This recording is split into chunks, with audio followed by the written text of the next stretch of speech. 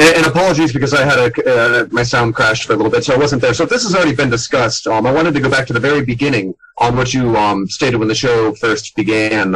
Forgive me if this has already been addressed, and please let me know if it has. But you said that you started out as an atheist, correct? Yeah. And at what age did your conversion take place? Conversion to atheism? Away from atheism. Oh, maybe grade 1 or kindergarten? Okay, so at grade 1 in kindergarten... Sorry, did you mean conversion to Christianity or conversion to atheism? Conversion to Christianity. Oh, June 28, 2006. How old were you? 20. All right. So, and when were you taught about evolution in school? Kindergarten and grade 1.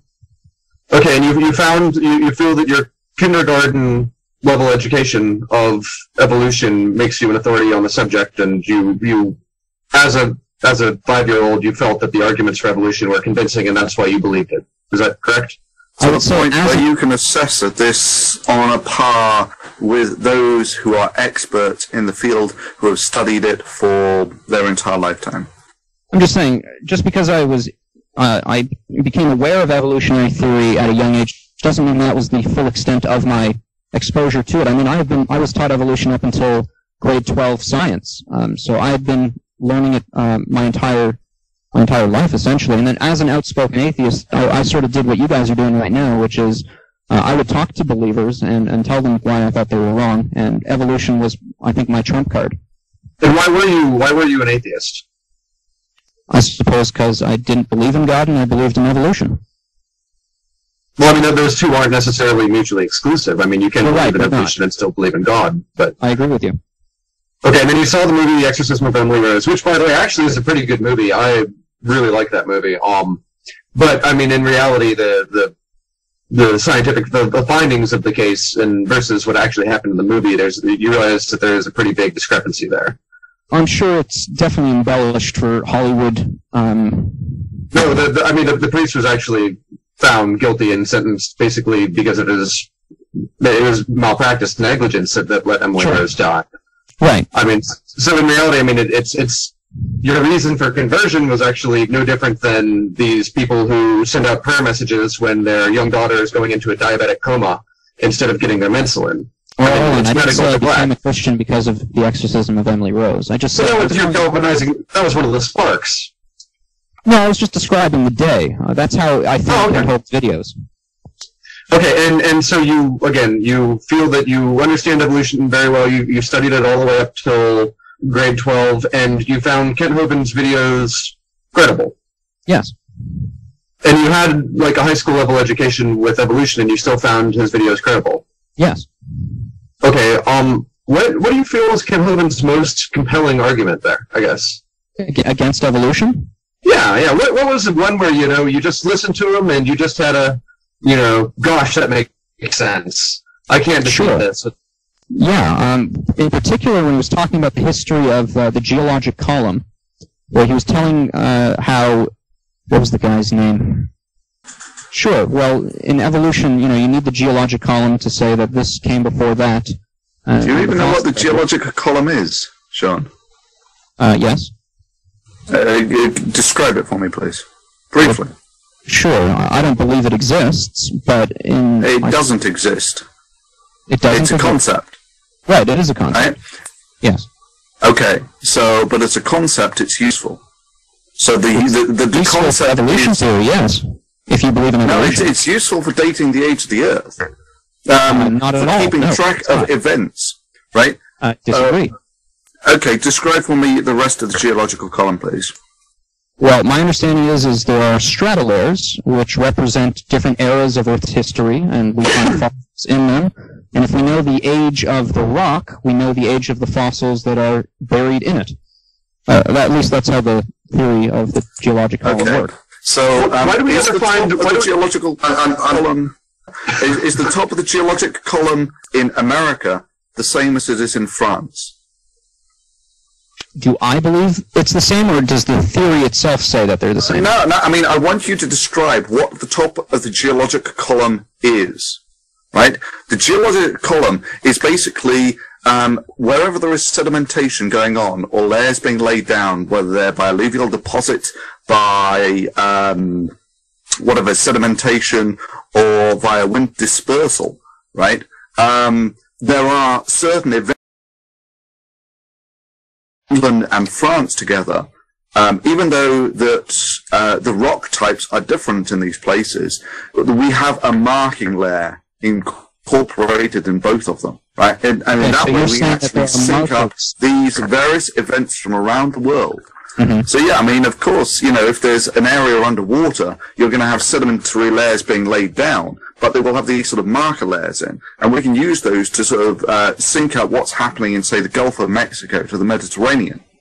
Based on global events, like let's say an asteroid impact or the K2 boundary, as Nephilim was so kind to point out. I mean, you can see that universally across the Earth. I mean, it deposits it's a fingerprint, basically, and you can match them up and correlate them.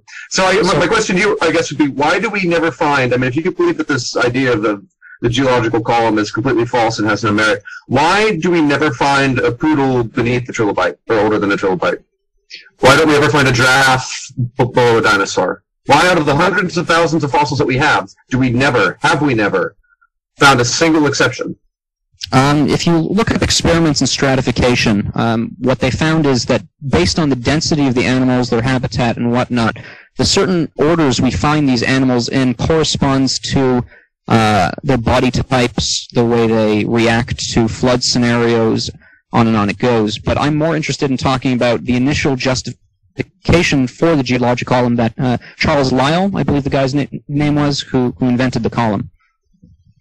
Well, let's start from, do you accept that the concept is sound, right? That there are actually global events, and these put layers down that all over the Earth, and that those can actually be matched up in different places.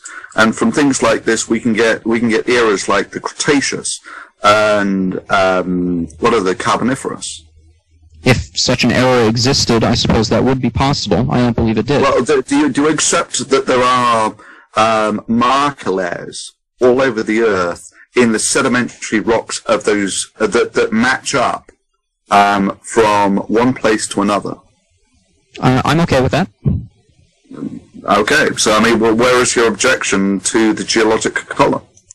I suppose that when it was invented and proposed, these types of methods didn't exist. So no, that's why it was proposed. No. What? Yeah, you're talking about dating. You're talking about dating volcanic sediments based on radioactive decay, aren't you? Actually, you can do it via a variety of mechanisms. Okay, so how did Charles Lyell do it? I don't know. But, you do get these sort of events, global events, like, whatever, the iron coming out of the oceans, K2 boundary is an obvious one, various big volcanic eruptions putting down layers of ash and such like. Okay, so how did he know, without our modern dating methods, how old those markers were? Because he erected this column, and it hasn't been altered very much from what we know is today. You don't have to have the precise dates, but you get the order is the idea. But he gave the dates, and those dates still hold to this day. They've not been...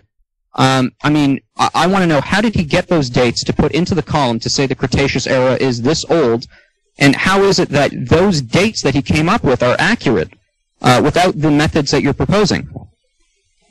I'm not really familiar exactly with the formation of the concept of the geological column, but regardless of how it was formed or how he came up with it. No, hang on, let me finish. How he came up with it really is kind of irrelevant. The question is, does it fit the evidence? Does it fit the observations? Is it testable? And is what we see, is it verified by the theory? And the answer is yes, it is. We never see a giraffe below a dinosaur. It's not because dinosaurs are heavier and bigger and sink through rock faster.